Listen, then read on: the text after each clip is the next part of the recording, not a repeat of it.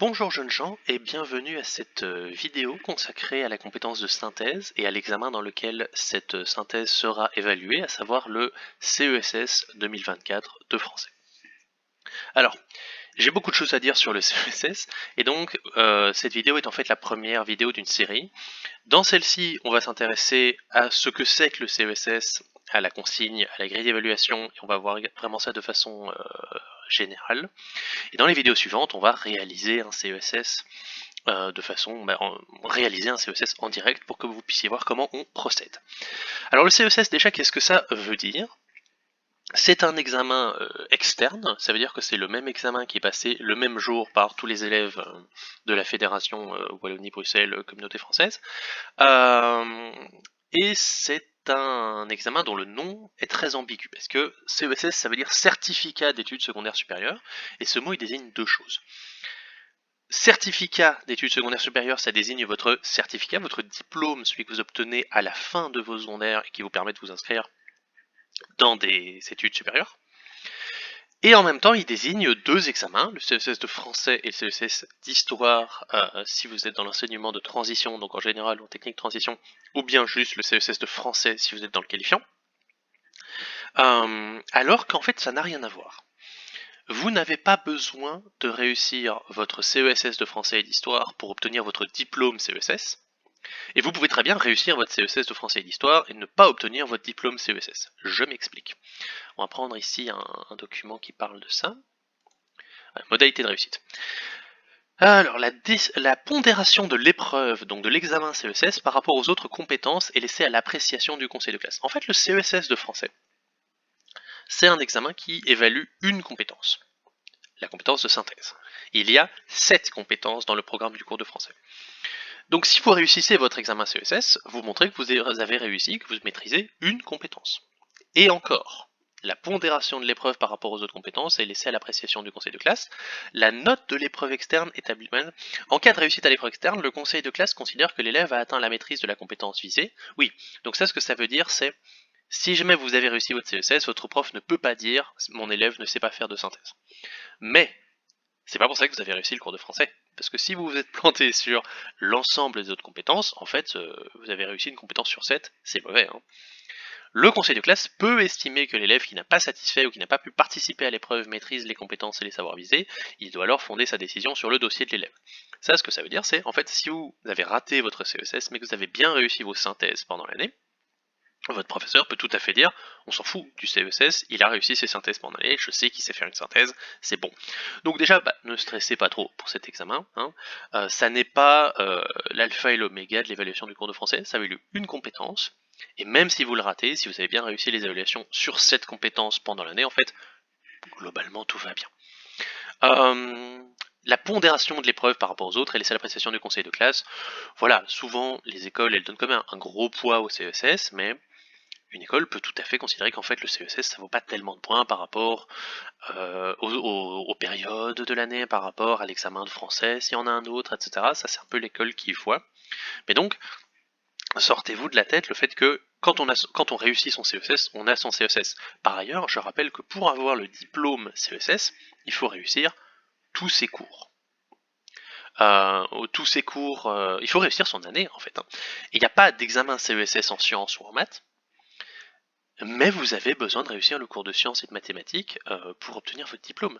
Le diplôme CESS, il est octroyé à ceux qui ont validé une année de réto. Point. Donc il y a vraiment une décorrélation entre le CESS examen et le CESS diplôme. Voilà. Alors du coup, qu'est-ce qu'il faut faire pendant cet examen? Comment ça se passe? Mais on va prendre le descriptif ici. Rédiger un texte synthétique à partir des documents pluriels, qui répond à une question, qui n'est pas encore donnée forcément, hein, c'est un mystère. Vous répondrez à ces questions sous la forme d'un texte synthétique destiné à un lecteur qui n'a pas eu accès au document. Entre 350 et 450 mots, il faut compter et indiquer le nombre de mots. Vous disposez de 200 minutes, 4 périodes. Si vous avez des aménagements raisonnables, typiquement parce que vous êtes dyslexique, vous avez du temps en plus. N'hésitez pas à le demander à votre professeur, à le signaler, même si normalement il le sait, ça peut être bien d'être au clair là-dessus. Vous pouvez consulter dictionnaire et grammaire et utiliser des feuilles de brouillon. Alors ça, j'irai même plus loin. Vous avez le droit d'utiliser n'importe quel outil grammatical. Vous pouvez venir avec un dictionnaire, avec un Becherel, avec une grammaire, vous pouvez venir avec des fiches outils linguistiques, n'importe quoi qui ne vise qu'à vous aider sur le fait d'écrire sans faire de faute d'orthographe, vous y avez droit. Prenez connaissance de la grille d'évaluation avant de... Voilà, ça on va faire. Un rappel. La sélection complète, donc une synthèse implique la sélection complète des informations pertinentes aux questions à partir de tous les documents. On va préciser ce que ça veut dire. La reformulation fidèle et concise des informations. La mise en réseau des informations sélectionnées à partir de tous les documents. Il ne s'agit pas d'une succession de résumés. L'absence de prise de position personnelle. La prise en compte du lecteur dans la synthèse qui n'a pas eu accès au document. La référence aux sources, le respect d'une longueur imposée, 350 à 450 mots. Alors j'ai des choses à dire sur un peu tous ces points-là. Concrètement, lors de vos humanités, vous avez travaillé normalement le résumé. Un résumé, c'est quoi? On prend un document informatif, généralement. Enfin, on peut faire un résumé texte narratif, mais alors c'est très différent. Ici, on est sur informatif. Ce document contient des informations, mais les explique de façon un peu longue, un peu détaillée. Vous devez cibler les informations importantes et les reformuler de façon plus courte, plus efficace. D'accord? Ça, c'est un résumé. Vous savez, a priori, faire un résumé à ce stade-ci. La synthèse, la seule différence entre la synthèse et le résumé, c'est que le résumé s'effectue à partir de un document, la synthèse elle s'effectue à partir de plusieurs documents. Mais ça change tout. Parce que, on dit toujours, la synthèse n'est pas une succession de résumés. Il ne s'agit pas de prendre le document 1, généralement vous allez en avoir 3. Il ne s'agit pas de prendre le document 1, le résumé, prendre le document 2, le résumé, prendre le document 3, le résumé. Ça, ce serait une succession de résumés, c'est pas une synthèse. La synthèse nécessite une mise en réseau. Ça veut dire quoi? Ça veut dire que vous devez prendre le document 1, 2 et 3, comparer les informations qu'il y a dedans, et faire un résumé sur base de cette comparaison, sur base de ce qu'on appelle un tableau comparatif.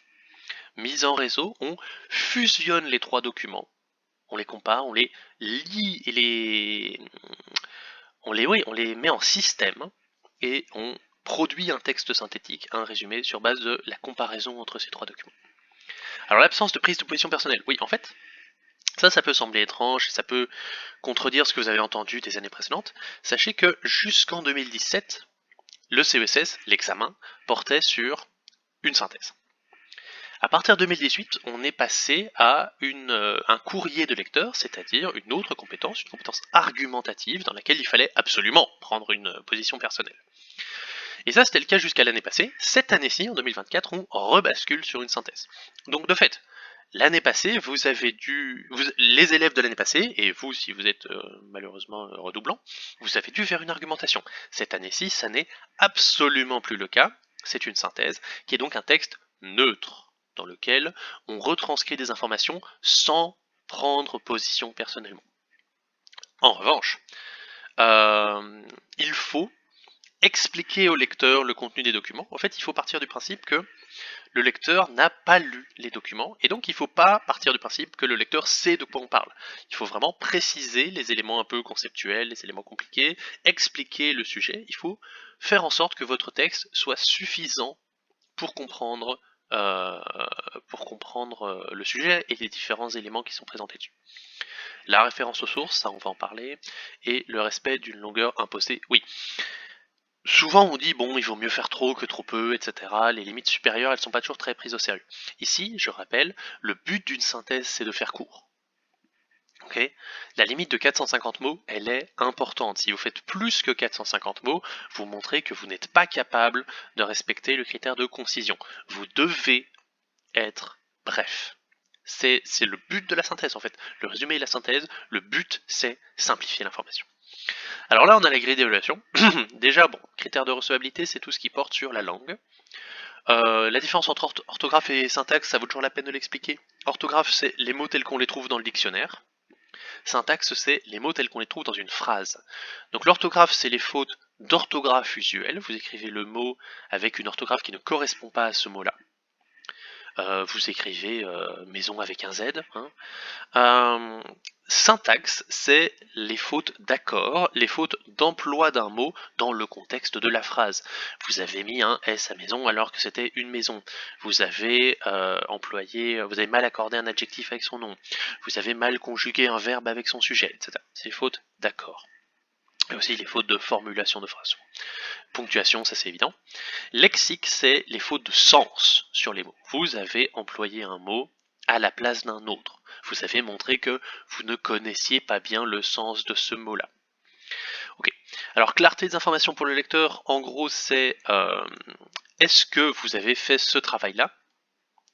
Est-ce que vous avez bien été permis au lecteur de comprendre tous les concepts expliqués dans les documents, malgré qu'il n'a pas lu les documents? Ou est-ce que dans votre travail de simplification, en fait, on ne comprend pas très bien de quoi vous parlez? Organisateur textuel, ça c'est principalement le trio connecteur logique, paragraphe et anaphore. Donc c'est anaphore, c'est tout ce qui est pronom, manière de reformuler les éléments mentionnés précédemment. Connecteur logique, c'est donc les connecteurs textuels, c'est pourquoi, donc, mais encore, etc. Et les paragraphes, évidemment, on séquence un texte en paragraphe, ça, à ce stade-ci, c'est une évidence. Progression thématique, c'est est-ce que les éléments que vous présentez s'enchaînent correctement ou est-ce qu'il y a des ruptures dans votre texte? Est-ce que parfois on a l'impression que vous avez oublié ce que vous avez écrit précédemment et qu'il y a un problème de déconnexion? Tout ça, ça forme le critère d'intelligibilité. Pertinence, de loin le critère le plus important.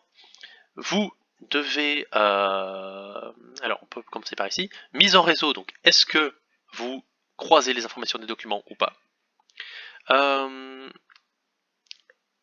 Est-ce que vous formulez clairement et de façon explicite les questions, les problématiques en fait, qui vous sont données comme consigne? Il faut dans votre synthèse que vous repreniez ces questions, ces problématiques. Concision, est-ce que de fait vous faites un travail de sélection d'informations, enfin pas de sélection, est-ce que vous faites un travail de simplification de l'information ou est-ce que vous êtes incapable de simplifier cette information? Est-ce que vous présentez l'information de façon complètement redondante? Subjectivité, hein, est-ce que vous prenez position ou pas? C'est très facile à avoir comme point. Formulation personnelle, est-ce qu'il y a des copier-coller? C'est-à-dire, est-ce que vous avez des passages du texte que vous reprenez tel quel? Vous voyez que ça sanctionne quand même assez vite, on perd pas mal de points pour ça. Vous devez tout reformuler. Et ensuite, est-ce que vous avez mis les références dans les références aux documents, hein? Donc, vous allez avoir un certain nombre de documents, probablement 3. Et on va vous demander dans votre synthèse d'indiquer les références, donc le titre, le nom, l'année, etc. Ça dépend un peu de votre professeur en fait. Quelles sont les normes qu'il vous a apprises pendant l'année? Alors, certains professeurs considèrent que, comme le but d'une synthèse c'est d'être économique, on ne met les références que dans l'introduction. On les mentionne une fois et après on ne le fait plus. D'autres professeurs aiment bien insister sur les références et disent que non, quand on présente une information, il faut dire d'après ce document-là, d'après ce document-là, et tout au long de la synthèse, marquer l'origine de chaque information. Moi personnellement, je fais partie du premier groupe de professeurs. Pour moi, on met les références au début de la synthèse et après on fait à l'économie parce que le but d'une synthèse c'est d'être court. Mais ça, évidemment, vous devez vous conformer à ce que votre professeur vous a appris. Si jamais vous ne savez pas, posez-lui impérativement la question avant l'examen. Est-ce qu'on doit marquer les références juste dans l'introduction? Est-ce qu'on doit les marquer tout au long du texte, chaque fois qu'on donne une information pour marquer l'origine de cette information? Est-ce qu'on doit les marquer en note de bas de page? Est-ce qu'on doit les marquer dans le texte, entre parenthèses? Il y a plein de façons de faire des références. Demandez au professeur.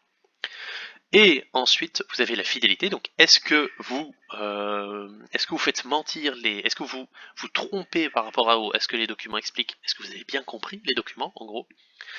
Et alors, pertinence et suffisance. Donc, votre sélection d'informations, elle doit être suffisante. Ça veut dire que vous devez sélectionner toutes les informations nécessaires pour répondre aux questions. Et vous devez être exclusif, c'est-à-dire vous devez sélectionner uniquement les informations qui sont nécessaires pour répondre aux questions. Donc vous perdez des points ici si vous manque des informations, en gros. Vous perdez des points ici si vous avez des informations inutiles, des informations en trop. La sélection des informations doit être à la fois suffisante et en même temps elle doit être ciblée, pertinente, d'accord? Sinon vous êtes hors sujet. Donc ça c'est pour la grille d'évaluation. À ce stade-ci, on a une idée assez générale de ce qu'il faut faire. Et donc, la vidéo suivante, je vais arrêter cette vidéo ici, la vidéo suivante, elle va consister à réaliser un CESS. Alors, Étant donné qu'on n'a pas le CESS de 2024, je vais retourner 10 ans en arrière et faire un CESS qui date de l'époque où on était encore sur des synthèses dans les examens externes, et le réaliser en direct pour que vous puissiez voir concrètement comment on fait une synthèse. A plus tard.